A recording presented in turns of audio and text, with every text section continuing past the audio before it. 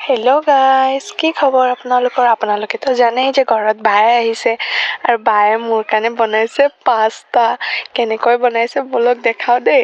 প্ৰথমতে পাস্তাটো তেল আৰু নিমখ দি বইল কৰি লৈছে আৰু তেল দিছে যাতে পাস্তাটো লাগি নধৰক। আৰু বায়ে যিটো ঘৰুৱা ষ্টাইলত বনাব চিম্পলকৈ, তো এতিয়া পাস্তাটো বইল হৈ গ'ল, নমাই লৈছে। দেখিছে ন, ইয়াত পিঁয়াজ আৰু কেঁচা জলকীয়াহে দিব আৰু বেলেগ একো নিদিয়ে। তো পিঁয়াজ আৰু কেঁচা জলকীয়াটো কাটি ল'লে। কাটি লোৱাৰ পাছত কেৰাহীটো বহাই দিছে। এফালে দেখিছে তেল গৰম হৈ আহিছে। তো ইয়াত কাটি থোৱা কেঁচা জলকীয়া আৰু পিঁয়াজটো দি দিব বায়ে এতিয়া। আৰু পিঁয়াজটো দিয়াৰ পাছত অকণমান হালধি গুড়ি দিব ভাজি হোৱাৰ পাছত। তাৰপাছত অকণমান নিমখ দিব টেষ্টৰ মতে, কাৰণ বইল কৰাৰ সময়তো তাত নিমখ দিয়া আছে, যোনটো মই আপোনালোকক দেখাবলৈ পাহৰি গ'লোঁ। আপোনালোকে বিলাহী থাকিলেও দিব পাৰে, নহ'লে যদি চচ থাকে চচটোও দিব পাৰে। তো আমাৰ চচ আছিলে, সেইকাৰণে আমি বিলাহী নাই দিয়া, চচটোৱে দি দিছোঁ।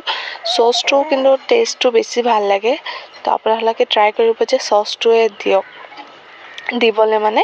তো দেখিছে হৈ গ'ল। তো ইয়াত ইয়াপ্পী পেকেট আছিলে দুটা মেগী মছলাৰ, তো দি দিছে মানে সেইটো টেষ্টৰ কাৰণে আৰু। তাৰপিছত মেগী মছলা পেকেটো আছিলে, সেইটোও দিছে এক পেকেট। এতিয়া ভালকৈ মিলাই ল'ব, দেখিব যাতে লাগি নধৰে বস্তুটো। এফালে পাস্তাখিনি তাত দি দিছে, ভালকৈ ভাজি লৈছে। ভাজি থ'বলৈ সেইটো অকণমান ঢাকি থ'ব, ঢাকি কিনে ষ্টিমত থ'ব, কম ষ্টিমত।